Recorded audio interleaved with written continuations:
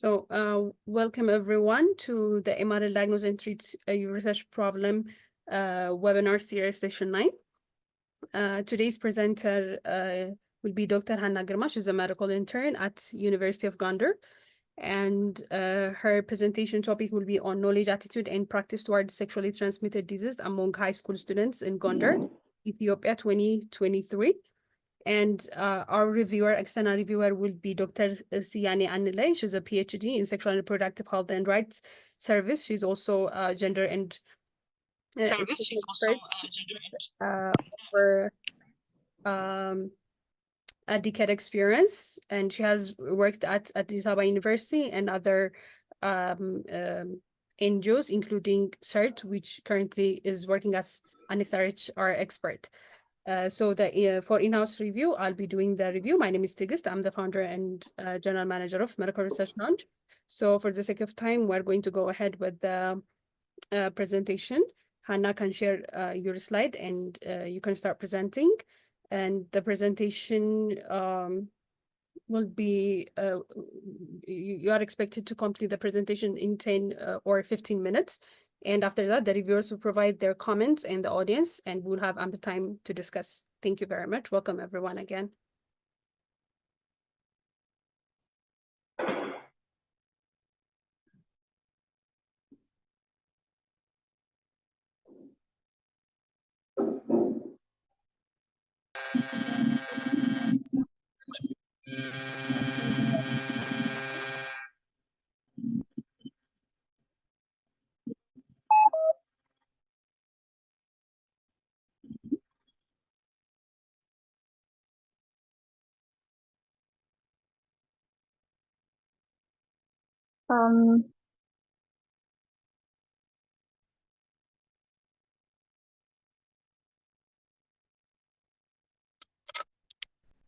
Hello, you can hear me, I think. Yes, you can start now, Hannah. Okay, good evening, everyone. I'm Hannah Girma, and I'm very sorry for the inconveniences I caused. I'm a 6th-year medical student at University of Gondar. Today, I'm here on this platform, on this well-respected platform, filled with both excitement and humility. As I present mine in my colleague's first ever research paper, which was done for the partial fulfillment of Doctor of Medicine program. So our topic is on knowledge, attitude, and practice towards sexually transmitted infections among high school students in Gondar, Ethiopia. And I'm honored to have it reviewed here, since our paper has a lot to be diagnosed. I will have to kindly request all audiences to participate in it actively as well. So here's my presentation outline. As an introduction, STIs refers to a variety of clinical syndromes and infections caused by pathogens that can be acquired and transmitted through sexual activity.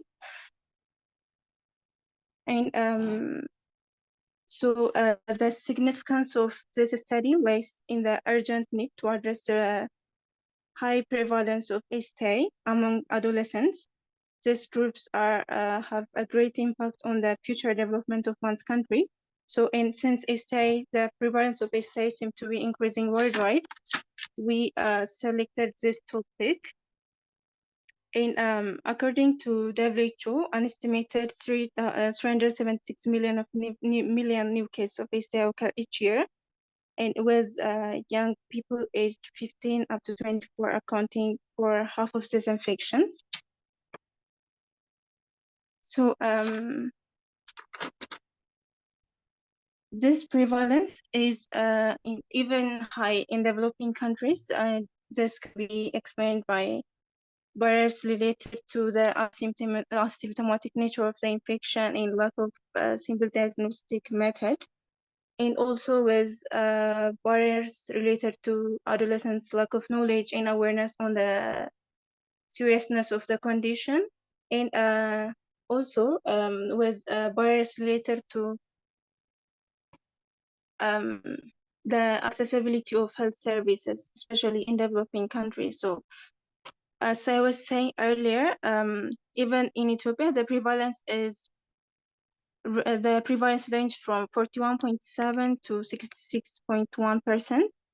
In this high incidence in vulnerability of adolescents and young adults increases the importance of studying the knowledge and attitude of high school students for effective prevention in early detection and management of these infections. So recognizing the gravity of this issue, we underwent a study to assess the knowledge, attitude, and practices related to STIs among high school students in our community. Our objectives were, as a general, our objective was to assess the knowledge, attitude, and prevalence of attitude and practice towards sexually transmitted infections among the high school students that we chose. So we underwent a cross-sectional study between a period of from December 10 up to December 30, 2023. So our source population was all the regular high school students in Fasilides public school who were registered on the academic year of 2023-2024. So our inclusion criteria were high school students within 14 up to 19 years old, and students currently enrolled in that school where they were eligible for our study.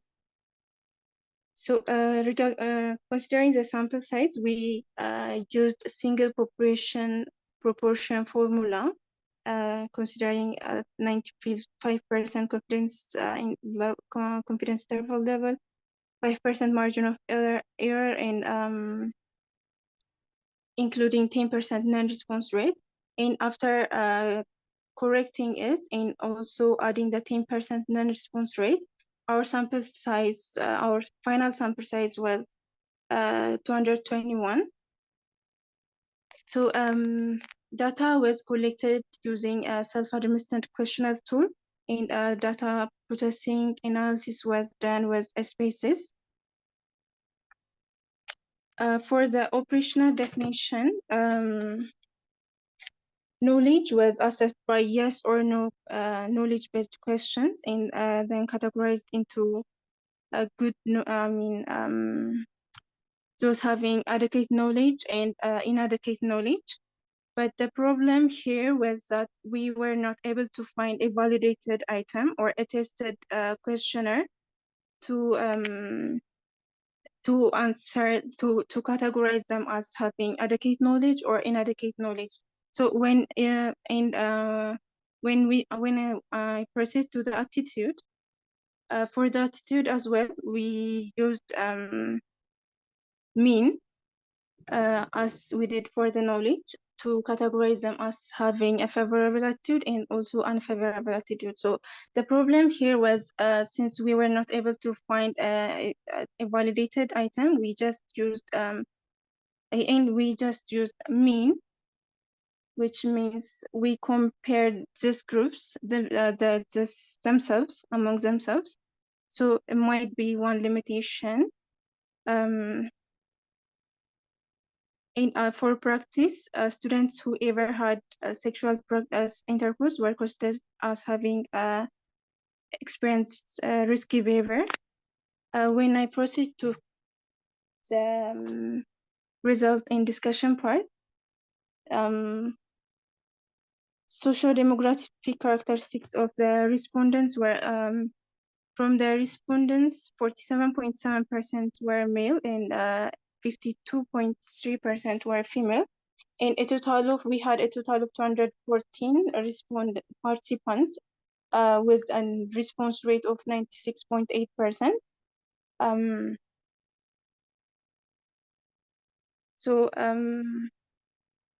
Yeah, almost half of them were between in the 9th and 10th grade, and half were in 11th and 12th grade.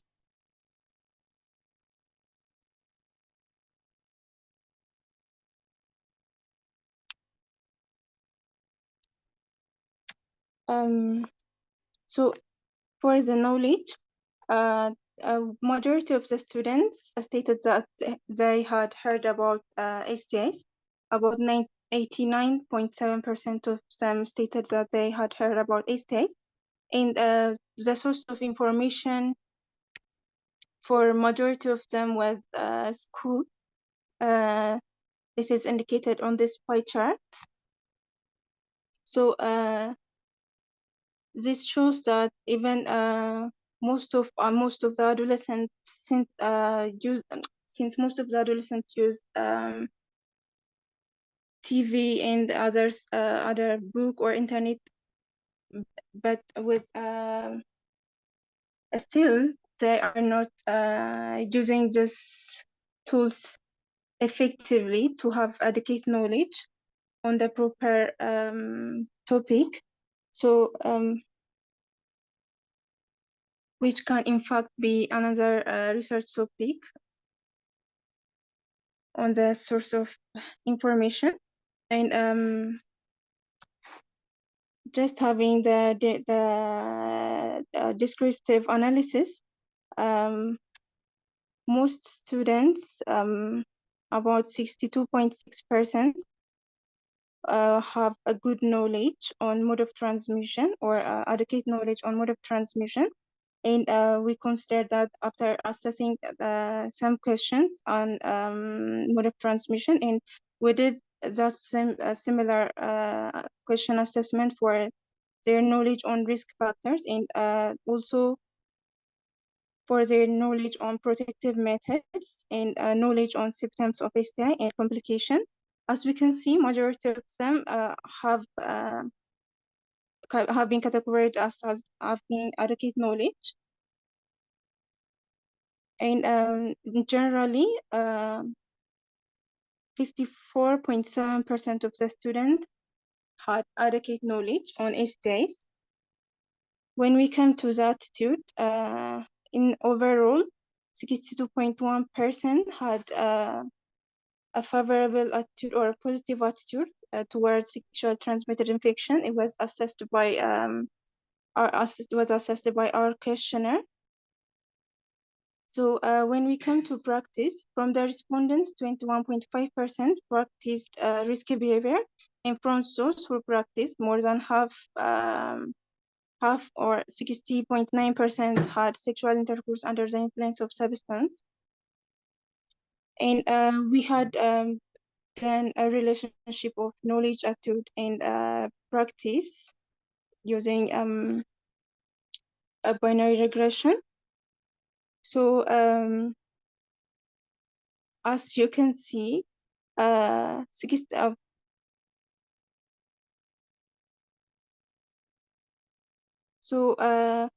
finding was that students who had good knowledge were found to have practiced risky behavior, and also students who had adequate knowledge, most of the students who had adequate knowledge were found to have practiced risky behavior. So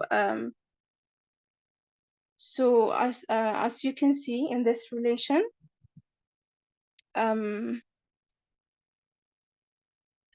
this shows that students were engaged in risky behavior despite their adequate knowledge.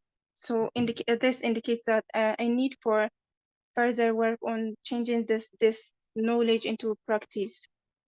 So our limitation of study was we used a self-reported information, so which is subjected to reporting errors and value in biases, and also since the study tests sensitive issues and possibility of underestimation and underreporting cannot be excluded in our study. And so as a recommendation, we put that priority should be given for reproductive health in school by designing strategies to build on the existing levels of knowledge and attitude. And as I was saying earlier, we highly recommend that further research is required to identify why students are not using their good knowledge to avoid a risky behavior. So this is it. Thank you very much. And I'm very, very sorry for the inconveniences that I caused. Thank you, everyone. Thank you, Dr. Anna, for finishing on time and for the nice presentation. We'll start with Dr. Siani for the comments. So, Dr. Siani, you can start. Over to you. Thank you very much. Thank you, Hannah, for your excellent presentation and for sharing what you've been doing. I just want to make sure that you can hear me first. Yes, it's audible. Perfect. So I really appreciate and I enjoyed reading your work with your team, of course, and it was very readable and the issue is really relevant and timely. It's an important research really because young people are suffering from sexual and reproductive health related challenges and we need to do all we can with regards to research and different interventions to support and reduce sexual and reproductive health related challenges, which is it also includes STIs, of course. So I really appreciate your work. Thank you very much for the opportunity also for me to read this paper, for organizing this, Dr. Tigis. I want to appreciate you as well. So coming from the title itself, it's as I said, it's relevant and it's really important, but I'm just going to give feedback just for the purpose of improvement, of course. And I don't know, I'm not used to seeing year in a title. So maybe you can check from different other research if you have to really include 2023 on the title, just the editorial issue, of course. And the other issue on the title, I want to mention that high school students versus secondary school, because the Ministry of Education identifies this level of education as secondary school. So it's nice if you mention this secondary school in every part of the paper rather than high school students, which we use just like informally. So it's good if we use the formal wording just for the excellence of the paper, of course. The other one issue that I want to comment on is the structure of the paper. Maybe you can review another paper. Maybe you can be flexible, but sometimes it's really important to see the flow of the paper when you think about, for example, you give us introduction, background, statement of the problem, and then maybe come with the objective of the research rather than literature review. And then this kind of reorganizing maybe, but it's up to you to choose which way works for you. But you can always check other authorities on how to organize your research. So this is just a minor editorial flagging that I want to mention. On the literature review, also I want to comment that we didn't see the research gap. It shows us what's happening on the ground and what challenges are there, but what's not done and what's the methodological gap, what's the conceptual gap, theoretical gap, what are the gaps that your research is going to fill when you review that you saw when you review different previous research. So what gaps did you see? So you need to tell us what makes your research relevant in the empirical world. So it's really important to see the research gap that you want to fill. That's maybe you can also address now, or you can address some other when you on your paper when you write it.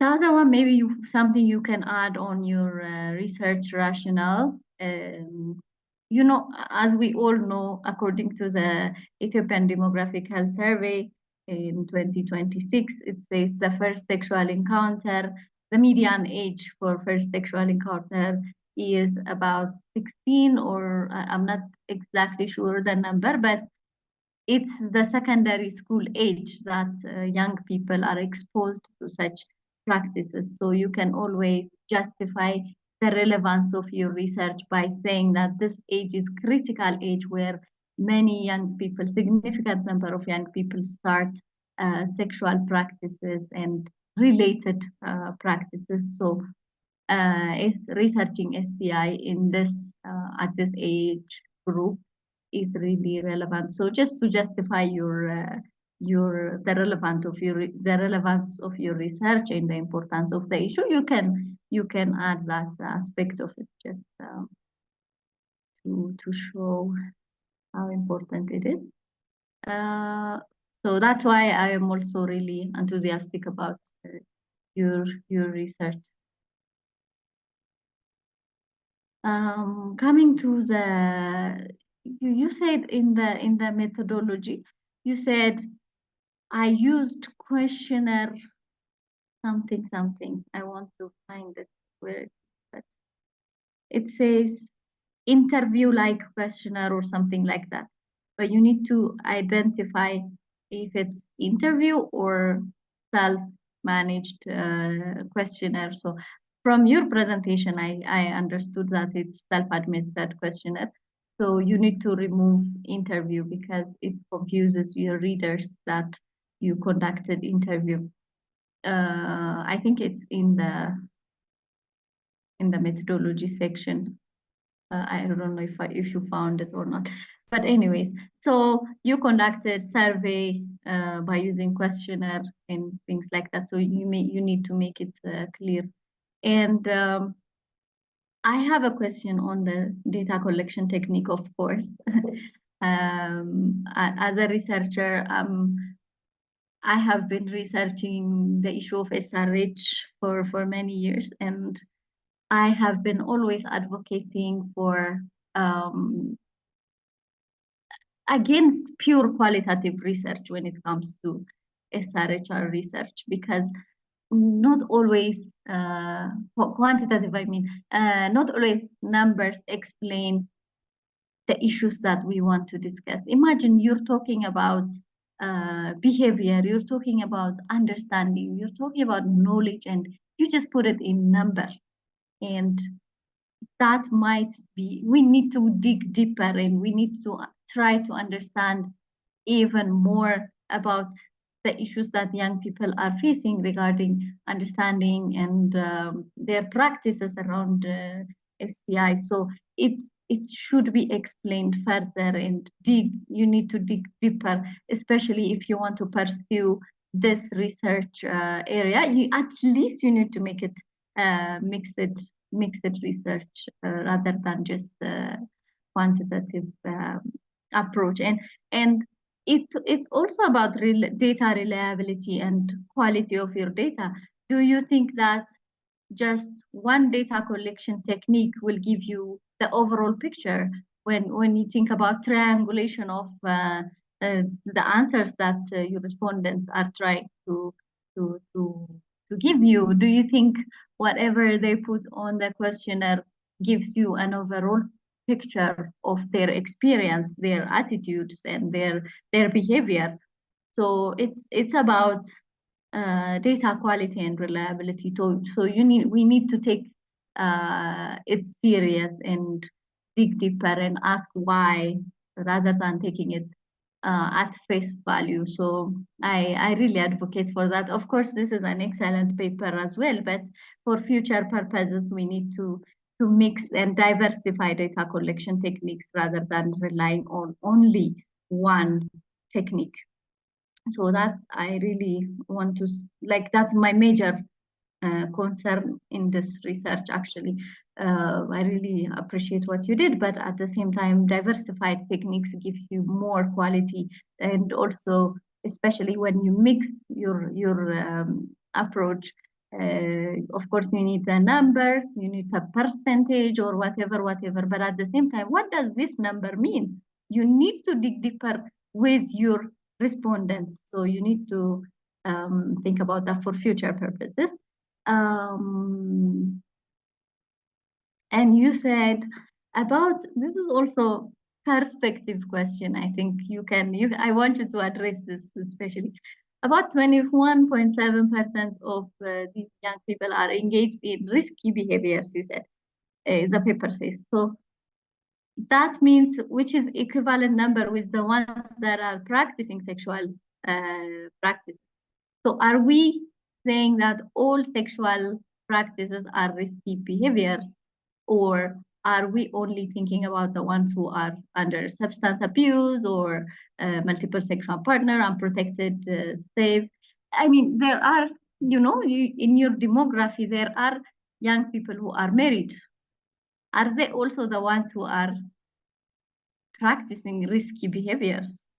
Or do we say all sex is risky behavior? That we need to, because there are various debates around young people and adolescents, that we teach young people that sexual practices are always dangerous, always related to sexually transmitted infections, or always related to these risks. So we need to balance between the two discourse, and we need to make sure that when we talk about the risks, we're talking about unsafe sex, unprotected sex, and also the issue of consent, the issue of substance abuse. Of course, absolutely, we need to think about this. So when we present risky behaviors, we need to make sure that we're talking about these risk-related behaviors rather than the general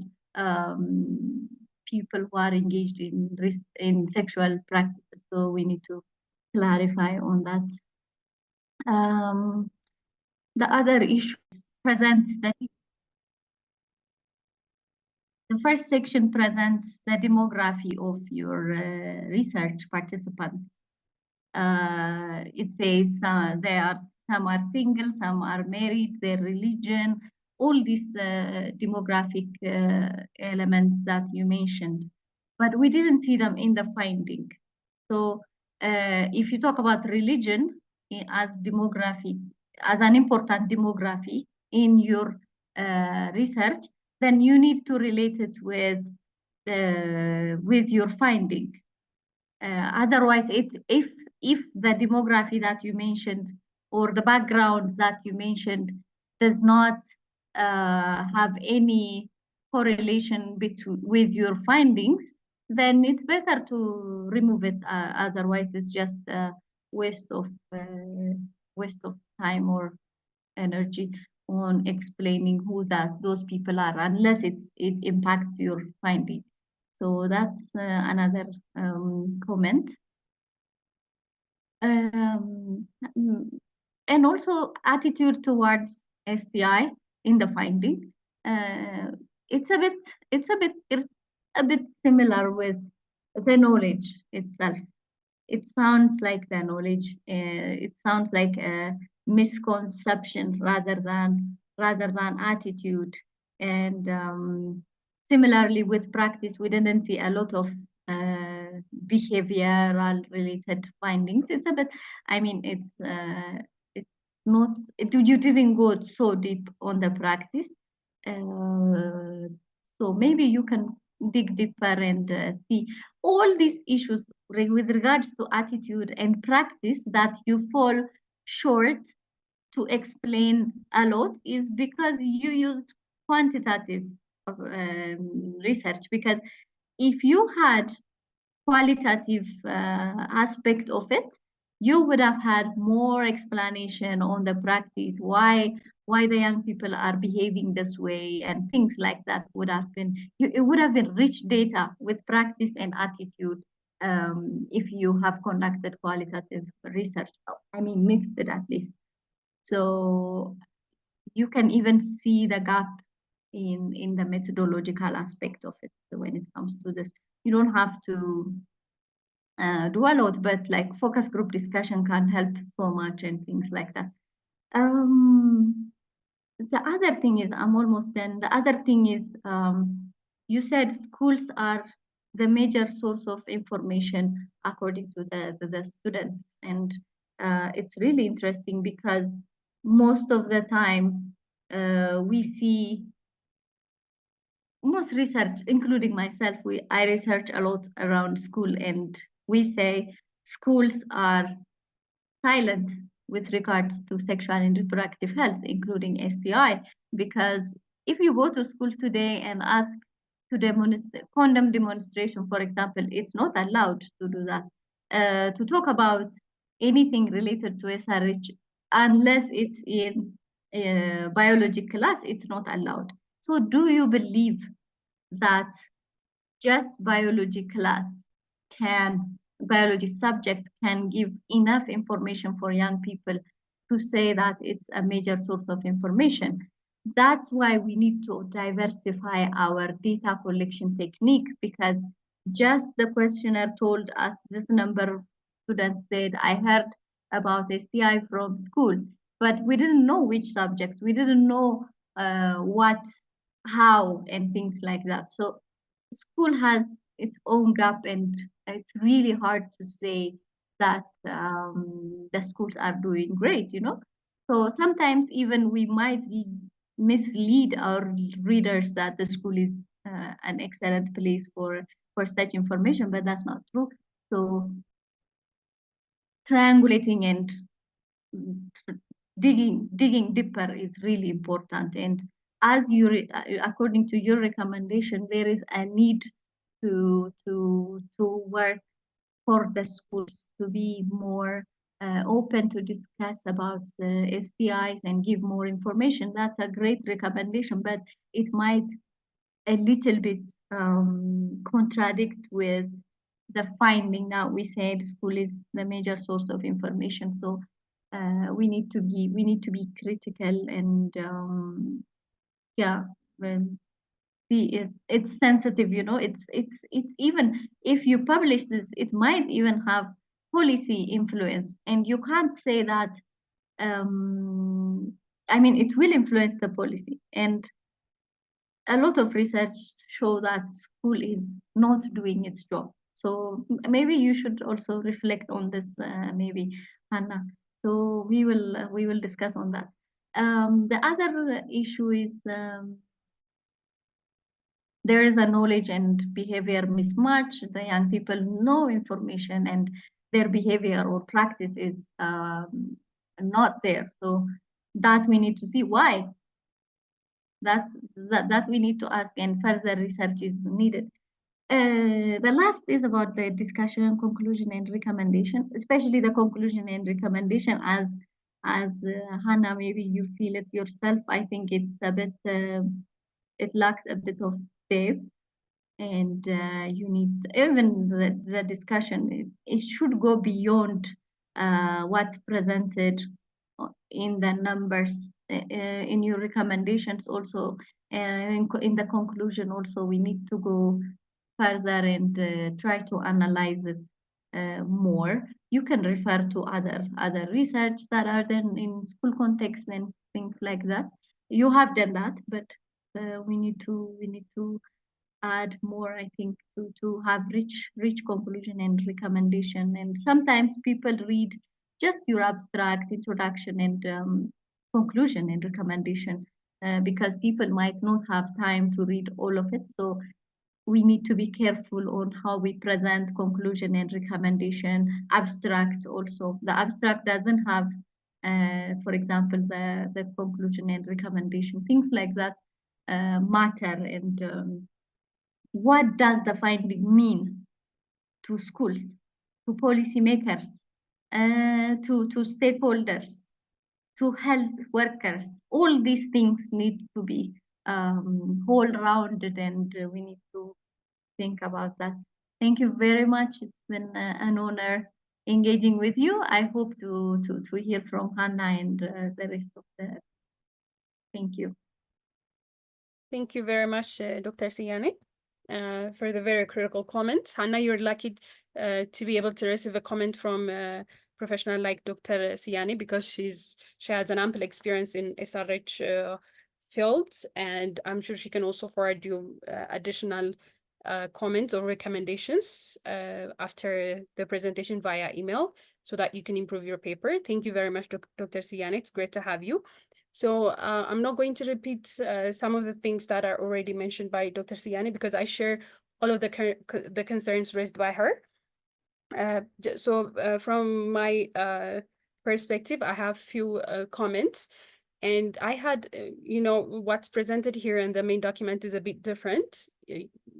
I don't know if there is a possibility of sharing the main document with the audience before the presentation in the future. We'll also do that so that you can actually learn in real time by reading the main paper, and you can relate the comments that are being raised here because most of them could be something that's not even written here, but it's based on the things that are written on the main document. So your objective, Hannah, your objective is a bit unorganized and not smart in a way. We want our specific objectives to be smart, so specific, measurable, and the other things. So the problem arises because you have three dependent variables, three outcomes, which you did not handle properly when setting your objective and when you did your sample size calculation, which we'll talk when we get there. So for your objective, you seem to be interested in explaining what that objective is intended to achieve by the end of the study, instead of just stating it in a smart way using actionable, measurable verbs. You just stated it as a narration, and you also included two more objectives about providing recommendation. I don't know, in some project works, people use this, but providing a recommendation is not an objective. When you do a research, it's automatically known that you will reach to some conclusion, and for that conclusion, you will forward a recommendation. But it doesn't mean that it should be stated on your objective. It's something, it's a part of the research and not something that you are going to measure and actually deliver at the end of the study. So it's an obvious outcome of the study that is expected and should not be written as part of the objectives. So do not write recommendation on your objective. For the study area, you selected Fasilada Secondary Preparatory School. I'm not sure if I've followed the first part correctly, but why only that school? There are no other schools at Gondar. What was the reason for selecting that? Yeah, it's the biggest school, the oldest, has a lot of students, but to make it representative, wasn't it possible to include other schools in the town? And for the study design, definitely there is no need to explain further. Mixed design would have been much better, because on your literature you mentioned that previous studies reported that there is low knowledge, unfavorable attitude, and poor practice. So just repeating the same research and proving that the knowledge is still not good and the attitude is not as to our expectation and practice is bad doesn't add anything unless we see it from a different perspective, which we can acquire by using a mixed design. On the population, you have mixed up the source and study population. Actually, what you stated as the source population should be your target population, and the study population is your source population. It's very important to know the difference between the population hierarchies, so that, because it's extremely important, because when you go to collect your data, the first thing that you are going to ask is for the list of the source population so that you can recruit your study population. So your source population will always serve as the sampling frame of the study. So if you're asking a very wide population group, which is the target population group, information, it would be difficult for you and at the same time unethical, because you are not supposed to ask for that. You're supposed to ask for the source population data, and from that you'd recruit your study population. So everything is flipped. Please correct that, and always make sure that your source and study population are time bound, and all the eligibility criteria, for example, for your research, the age boundary should also be included in the study population, because if you're interested in age groups between 14 and 19, you should mention that in the population list, so that when you ask the registrar to give you the list of students in the school between the age of 14 and 19, they will give you that. But if you don't tell them the age boundaries and other relevant boundaries, you won't be able to get the specific population group. Rather, they will give you everything and it will be a mess. So make sure that your source, study, and target population are clearly stated, and you should know what the study unit of the research is. So please revise that. On the eligibility, there is a very critical thing that is going to raise about the validity issue about the validity of your research. You say that all volunteer high school students within 14 to 19 years old will be involved. So volunteers, this is a quantitative research. One of the things that define a quantitative research is the use of probability sampling method. Without using a random sampling method, a probability sampling method, you can generalize your findings, because at the end of the day, any quantitative research aims to generalize the findings. But in this case, we won't be able to do that because you just selected volunteers. So this is a big issue. I don't know how we're going to correct this in the future for your publication. So the other is on the eligibility, you just mentioned that students who can understand and respond to the questionnaire in the language used for the data collection. I think this is a very obvious thing because you conducted the study in Amhara region in a school where the curriculum is in Amharic. So anyone who goes there basically speaks Amharic. That's the assumption.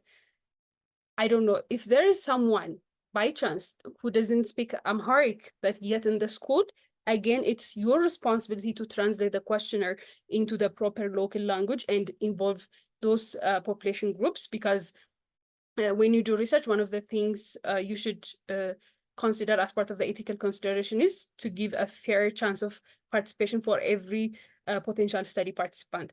But the thing is, I am sure you did not encounter anybody who speaks a different language and yet goes to a school where the education is provided in Amharic. So just don't put something that's not realistic, that doesn't happen.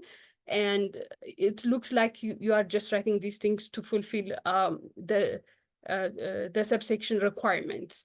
And the other most important thing is always make sure that after writing the proposal, even if this was a possibility, after you wrote the proposal, when you go and conduct the research, if those exclusion criteria were never encountered by the data collectors, then you should not write that on your thesis report or on your manuscript, because you do not encounter them. You should write only those exclusion criteria you have actually used.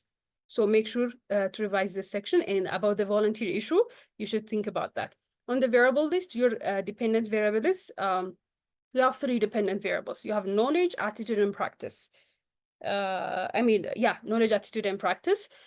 In these cases, it's very important to differentiate which one is your primary outcome and which ones are the secondary outcomes, because you have to give emphasis for the primary outcome and the flow of the presentation of your research, the focus of your research, the recommendation, the focus of the recommendation, and everything should gear towards the most important outcome, which is the primary outcome.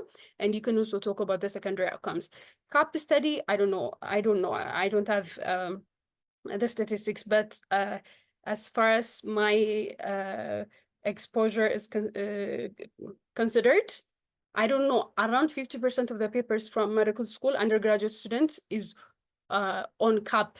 When you're using a CAP as an outcome, you have to know that you have 3 dependent variables. That means you'll be required to do 3 separate sample size calculations, 3 separate analysis, and 3 separate reports. It would be like doing 3 different research, but they're using similar exposure variables, independent variables, and they're related topics. Otherwise, there are 3 different analysis, 3 different methodology, and everything. But that's not considered, especially when you're setting your objective. That's why there was a lot of confusion there. So when we go to the operational, and the most important thing is, Dr. Siyani clearly explained that, you define practice as having sexual intercourse history at least once in the past. But you have a number of study participants who are married, and this doesn't apply for them. You should have at least specified it more. Was it before marriage, or when was that exactly asked? It's a bit confusing. So as for the operational definition, you mentioned that knowledge and attitude are measured and classified based on the mean score. Whenever you don't have that standard cutoff point to use to dichotomize your continuous variables, the best thing to use is at least the Bloomberg classification for any CAP studies. That's at least something that makes sense and something that you can reference and justify. So I strongly recommend you to reclassify your knowledge and attitudes based on the Bloomberg classification. And redo your analysis. And on the attitude part, you have 4-point Likert scale, which this is a bit new. Normally, we expect there to be a 5-point Likert scale. On your scale, neutral is missing. Why is that? I mean, it's like a lot of people actually respond as neutral for most questions, like attitude questions. So you just took that part out and you just used the agree and disagree scale only. Why is that? And what is the reference for the knowledge and attitude questions? One thing I really appreciated is that you have asked a lot of questions for both the knowledge and attitude. Having more questions will improve the validity of the tool, which is good. And the questions are also very interesting and good. But the way you used the classification and the fact that neutral is missing on the Likert scale for attitude is a bit alarming, and you should also put your reference. Another minor thing is that I know we all are comfortable using the word good, poor knowledge, good, poor practice. It's very common. We can use it for the purpose of communication, informal communication, but when you're writing your manuscript, make sure that for knowledge, you're using adequate, inadequate knowledge. For attitude, favorable, unfavorable, and or you can use positive, negative attitude. These words, poor, good, are not really desirable when you come to the publication world, and they're becoming obsolete. So please make sure to rephrase that. On the sample size, I want everyone to really pay attention to this one. Whenever you calculate a sample size for a cross-sectional study, in analytic cross-sectional study, we always have two objectives. The first one is our descriptive objective, which is to measure the prevalence of the outcome, and the second one is to identify factors associated with the outcome. So these two things cannot be answered by one sample size calculation. So we normally use a single population proportion formula to calculate the sample size for the first, which is the descriptive objective. And for the inferential objective, which is to identify associated factors, we should use the double population proportion formula. So by calculating these two sample sizes for the two specific objectives, and by taking the largest from the two, we'll be able to get the most appropriate sample size, which can answer both research questions. But when we go to the case control cohort and other things, to begin with, since they have comparator groups, all of their formulas has power calculation in it. So you can use one formula, and there's actually only one formula. But for cross-sectional study, always remember that there are two things that you should calculate when you have only one outcome. So Dr. Anna, she has 3 outcomes: knowledge, attitude, and practice. So she's expected to calculate sample size for all the 3 outcomes. So for knowledge, she has to calculate 2 sample size for the prevalence of knowledge and factors associated with knowledge. For attitude, the same thing. For practice, the same thing. So that way, she'll end up with 6 different sample size estimations, from which she is expected to take the largest, so that can answer all the 6 specific objectives for knowledge, attitude, and practice, the descriptive and the inferential objectives. So make sure that whenever you have more than one outcome, you have to calculate sample size for each outcome, not just for one of the outcome. And the most interesting thing is that here you have calculated sample size for knowledge. I mean, if you have to calculate only one sample size, I would expect that you'd use the practice prevalence instead of the knowledge, because practice is the final outcome of your study. That's what we're interested in, because whether people have a good knowledge or attitude, it doesn't matter, because at the end of the day, we want them to have good practice. So at least you are expected to use the prevalence of practice, but here you have used knowledge, which completely doesn't make sense. So make sure that you recalculate your sample size based on knowledge, attitude, and practice, 2 for each outcome, and finally take the largest. And also from with the calculation that you did, use a proportion of 17.5%, and you do not put any reference. Normally, you are expected to put a reference for your sample size calculation. On the ethical approval, you say that ethical review committee of Fasilides High School. I'm sure this is a mistake. So correct that. A high school can't have an ethics review committee. I'm sure you have obtained that from the University of Gondar. Please rephrase that, this because it's very important, critical aspect of your paper, especially when you try to publish it. This kind of ethical approval consideration statements, you won't get it published. And it says that you have obtained verbal consent. Why verbal consent? Why didn't you obtain written consent? I don't know, because if it's if it is to say that it's a sensitive topic, you have used a different. I mean, your data collection tool is interviewer administered. Again, Dr. Siani, I think, also mentioned that using interviewer administered tool for a very sensitive topic like this will definitely lead to a social desirability bias and underestimation or underreporting of these findings. So what was the reason for using interviewer administered questionnaire instead of self-administered tool? Because these are, if you are going to mention that there could be a barrier in understanding the questions, these are high school students and they should be fine in answering all the questions. So this is also one of the big limitation of the study, not limitation, actually a drawback of the study, which could have been avoided at the beginning of the study. On the data analysis plan, everything is shallow. You do not mention anything about, actually, there is nothing there. So you should correctly describe the descriptive statistic summary measures that you're going to use, especially when you have a Likert scale measurement. You have to explain whether you did a reverse coding or not for negatively worded questions for the attitude, and how you're going to calculate that, how you arrived at the mean value for knowledge and attitude, how you calculated that, and also for the regression result plan, you should show us what regression model you used and whether you tested the assumptions, the model adequacy, and other things that should be mentioned. And on the result parts, something, I don't know, very contradictory result is that you mentioned that on the social demographic, your age group ranged from those less than 15 years up to above 20 years. But on the eligibility criteria, you started by saying that you are interested in the age group of 14 to 19. So how is that? How does that happen? How come you have participants who are above 20 years of age? Right, so it's against your eligibility criteria. The other is for place of residence. You have urban, rural.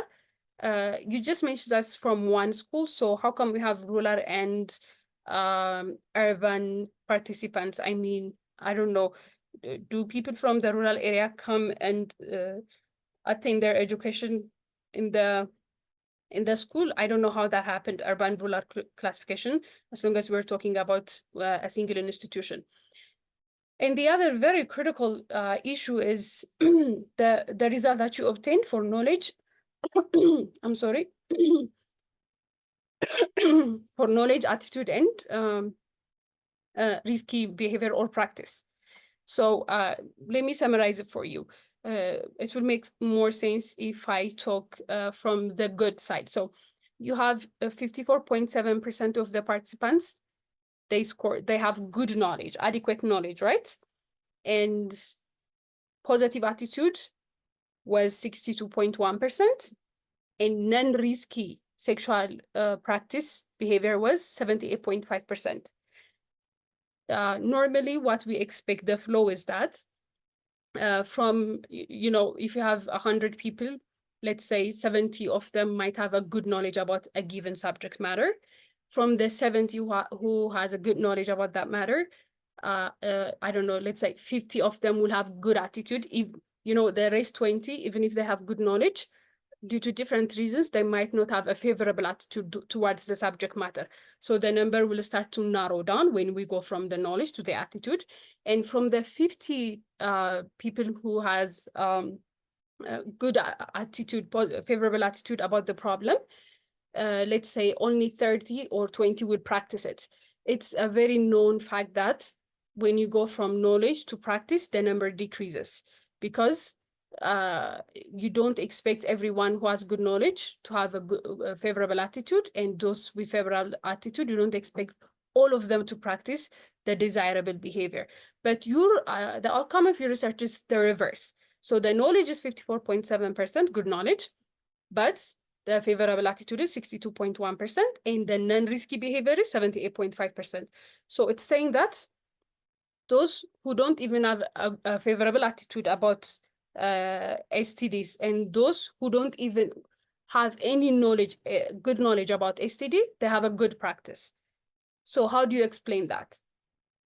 I mean, there could be so many different, I mean, especially the knowledge, you can forget that. I mean, especially on this topic, some people who might not even have any knowledge about the relevance of practicing safe sexual behavior because of their religion and other cultural beliefs, they might have an unrisky sexual behavior. But the attitude, I mean, once they know and once they have a poor attitude about it, how come they stay non-risky in a non-risky behavior? So this raises a question. So it's very important for you to explain the meaning of this result, how this result is acceptable, and what its implication is. Or I strongly recommend you to go through the data again and check if the numbers are correct. So the last one is, can you please display the regression table? The regression table that you presented is not very well prepared. Normally, we expect a regression table to contain all of the variables, the significant the significant variables that you have included in the final regression model to be presented. And you have stated that you have a number of significant variables, including some of the knowledge parts and the attitude and other, but all of them are not significant. So you did not present a p-value for the narration part. Yes, for the knowledge and attitude, yes, you have that. But for the other parts, you did not present the p-values on the narration. But let's forget that and let's check here, knowledge and attitude. You interpreted as if there is a significant relationship, but the p-value clearly, it shows that both knowledge and attitude are not significant. The p-values are above 0.05. because you have used the 95% confidence interval. So that means your cutoff point is 0.05. So both are above 0.05. That means none of the results are significant. Both knowledge and attitude has got nothing to do with the practice of risky sexual behavior. And even if you're not provided with a p-value, you can always check the confidence interval. Look for knowledge, you have the adjusted odds ratio is 1.28, but the confidence interval, it ranges from 0.64 to 2.54. In a regression result, a regression result with an exponentiated measure of association, like odds ratio or relative risk or hazard ratio, if your confidence interval crosses 1, that means there is no relationship between the variables, even if you're not provided with a p-value. Because adjusted odds ratio of 1 means there is no relationship. Below 1 means there is a negative relationship or reverse relationship, and above 1 means there is a positive relationship. So always make sure to check your confidence interval to check to declare if the relationship is significant or not in the absence of a p-value. But in addition to that, the most relevant use of a confidence interval is to see how narrow the interval is, because the narrower the interval is, the more accurate, the more valid your result is. So there seems to be some kind of, you need to revise this section all over again. Actually, your entire result section, that's what I recommend. And based on the revision, you have to rewrite your discussion and conclusion, especially your conclusion. I'm not going to discuss that now because you have to go through the results again. Most of it is not even result driven and not focused.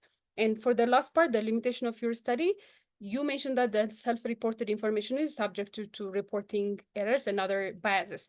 So you created the bias by design. You used interviewer-administered questionnaire when you could have used a self-administered questionnaire to decrease the social desirability bias. So that's on you. You can't say it's the limitation of your study when you could have avoided it like 100%.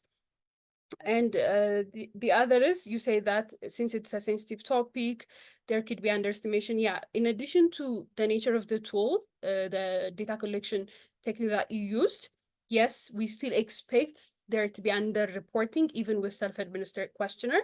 but as a researcher, you are expected to minimize that and report that.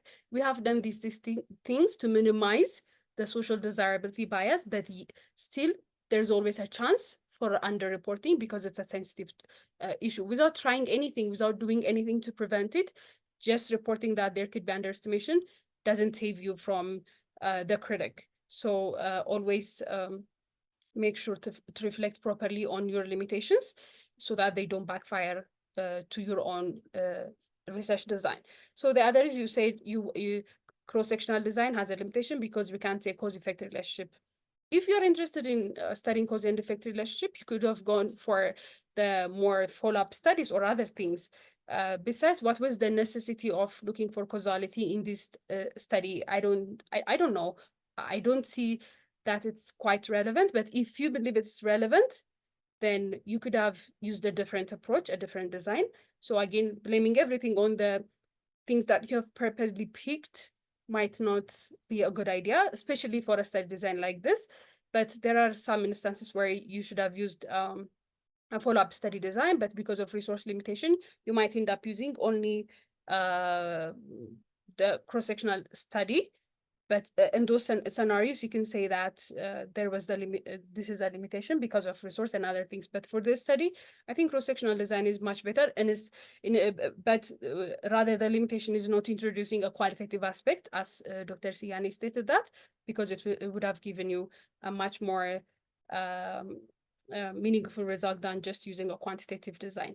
So these are my comments and reflections.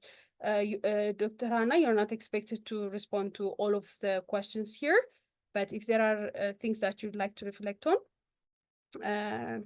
I'll give you 2 minutes because the session is also about to expire. So you can reflect on that and we can wrap this up. Okay, thank you very much, Dr. Tegist and Dr. Siani as well.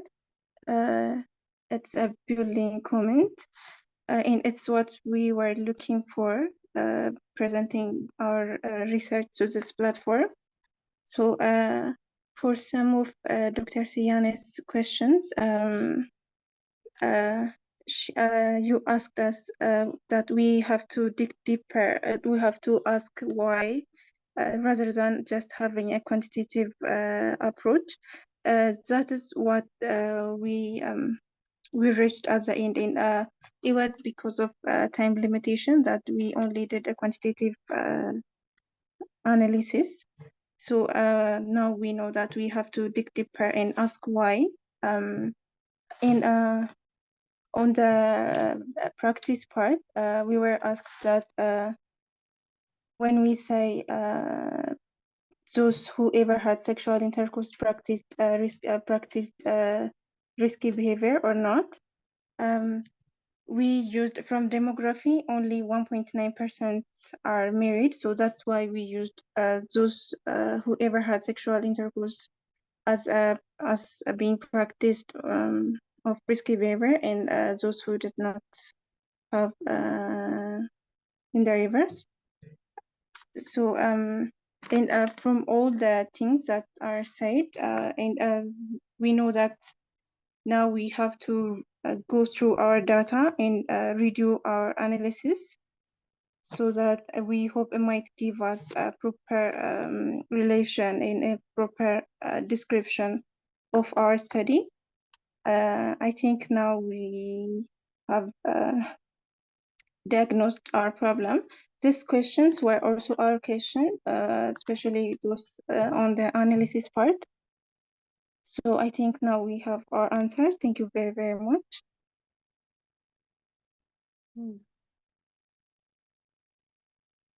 Okay, thank you, Dr. Hannah. I don't see a lot of questions here. Some of them are similar to the one that we have raised, and actually there are questions. Seems like there are questions for me. I think I'm trying to respond to some of them. So I think we have a minute and a half. Let me give the opportunity for Dr. Siani. to reflect on everything. Thank you, Hannah, by the way. She was really eager to present, and she's not in Ethiopia currently. She suggested to present from the airport, even from her flight. So with her passion, even our company decided to reschedule the session from Thursday to Wednesday. So we really appreciate your team's interest to present on our platform. Thank you very much, and thank you everyone for attending the session. Let me give the opportunity for Dr. Siane to wrap this up and reflect on it. Thank you so much, Dr. Tegis. Thank you, Hannah, for your presentation again, and I really appreciate what you're doing. Please keep reaching out to me as well. We can do a lot, and I'm willing to support. And also, I will send you my comments on the paper as well. Maybe Dr. Tegis will exchange our contact as well. Maybe one last point that I want to emphasize is with as health researchers, we're not responsible for the marital status of young people or whoever is practicing sexual practices, but we are concerned about is it safe or unsafe. So risky behavior is related to being safe or being unsafe. It's not about being married and unmarried. Let the religious leaders worry about premarital sex or whatever. It's not the health worker or the health I wanted to emphasize. Thank you so much, and I hope I will just attend some of the sessions and listen to more presentations. I really enjoyed it, and I'm really passionate about this RHR research. So, Dr. Tegis, thank you so much for the invitation. Yeah, I look forward for more sessions. Thank you very much, Dr. Siane. It was really great to have you. Thank you very much. Thank you, everyone. I guess